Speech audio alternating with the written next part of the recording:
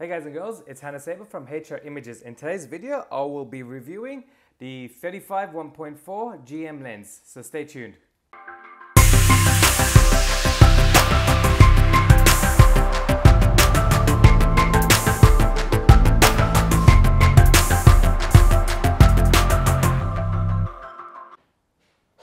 I recently received this 35 1.4 GM lens from Sony Australia. I only had this lens for a very short time, so this is going to be more of a first impressions review opposed to a long-term review due to the short time I've had this lens. But I do have some upcoming videos on this lens, so do subscribe to my channel. Here I've got a side-by-side comparison between the 35 1.4 Zeiss and the 35 GM. As you can see, both of them, the 35 1.4 Zeiss is a lot larger opposed to the 35 1.4 GM.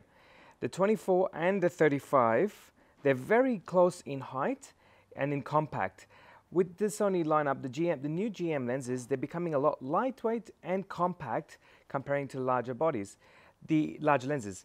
The 35 1.4 GM, I actually was a bit surprised in the price. I actually thought it would be more, but they're going around 2,200 Australian dollars, where I actually thought it would be close to the $3,000 mark. But I'm really happy in terms of the price being well priced. I will be doing a later video where I'll be doing a side-by comparison against the 35 1.4 Zeiss and the GM lens in terms of image quality, AF speed, build quality, and everything. So that will come in a later video. But now I'll just talk to you more about the 35 1.4 GM. The 35 1.4 GM, as you can tell, it's a light, small, compact lens. It also has a weather sealing gasket as well. They have the aperture click, which I do love in a lot of the GM lenses, especially the Zeiss 35.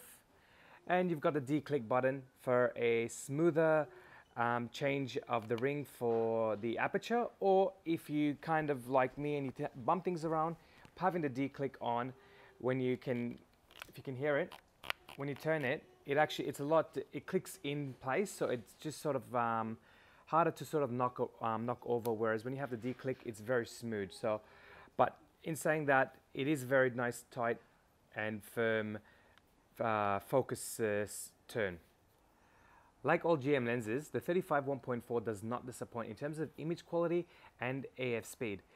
Here are some clips I have done in terms of video autofocus.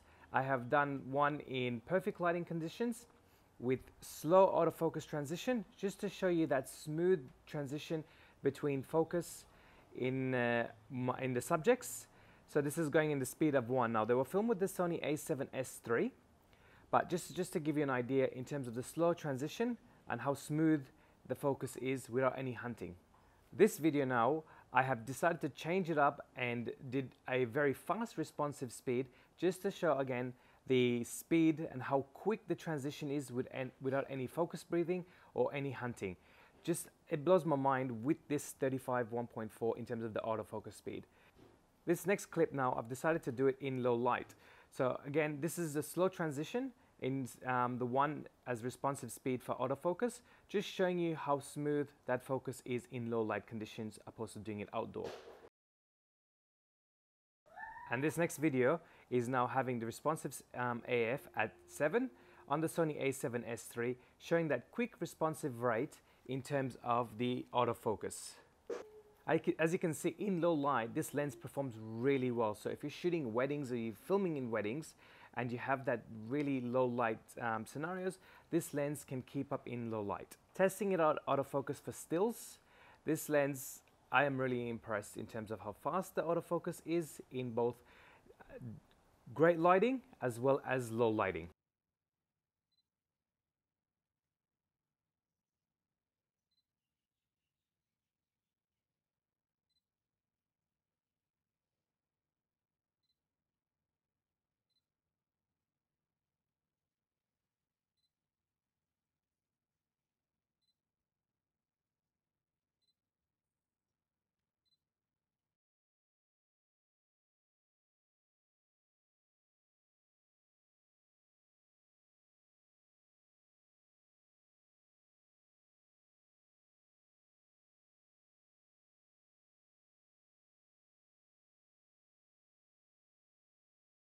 There is no hunting or no focus breathing or any misfocus. It just nails the focus on spot without any struggle, anything. With the G Master lenses as well, you are paying for quality, you're paying for build quality as well as image quality.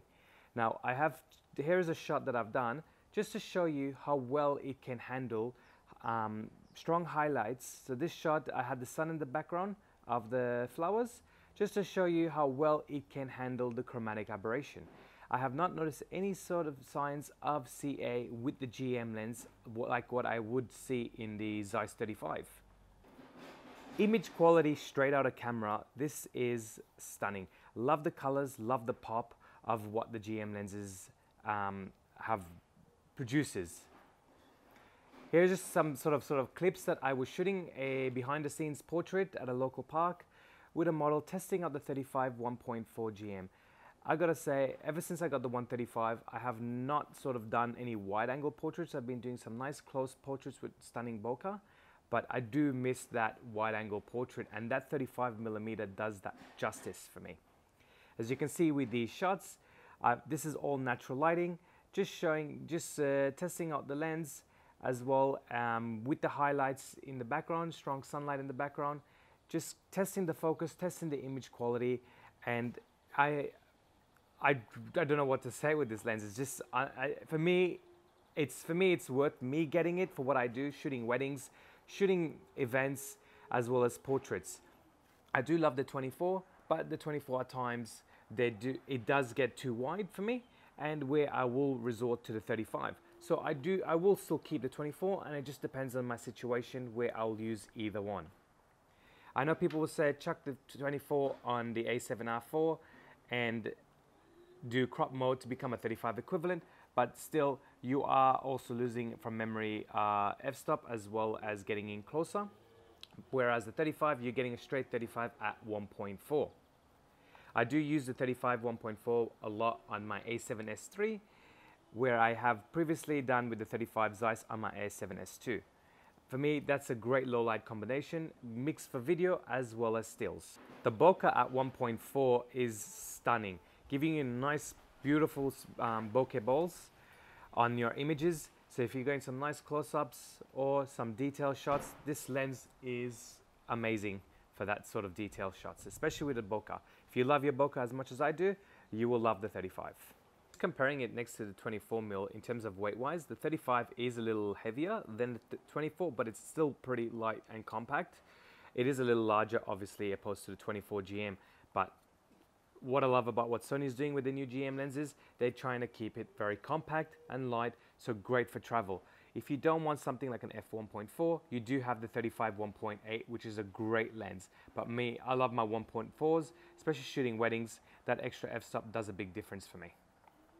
I know people will ask me, why am I getting the 35 if I have the 35 1.4 Zeiss? Well, for me, I love the GM quality, and as I said, with the Zeiss, and I'll do a more detailed review, doing the comparison so you can see, due to the chromatic aberrations that I find, it is sometimes a lot of a pain. You can reduce it in post, but the last thing you want is to focus more on post. You want everything right in camera. But that's not so much the issue for me. It's more the weight of it, comparing it to GM. And with the GM lenses, they are built and designed for future bodies for larger megapixel cameras as well, opposed to the Zeiss. The Zeiss, for me, it's starting to become outdated. It is still a great lens, but again, I will do a side-by-side comparison between these two with image quality, autofocus test as well. So do subscribe to my channel and stay tuned for that video. Until then, guys, I hope you enjoyed. Please like, share, and subscribe to this channel, and we'll catch you in future videos. See you guys.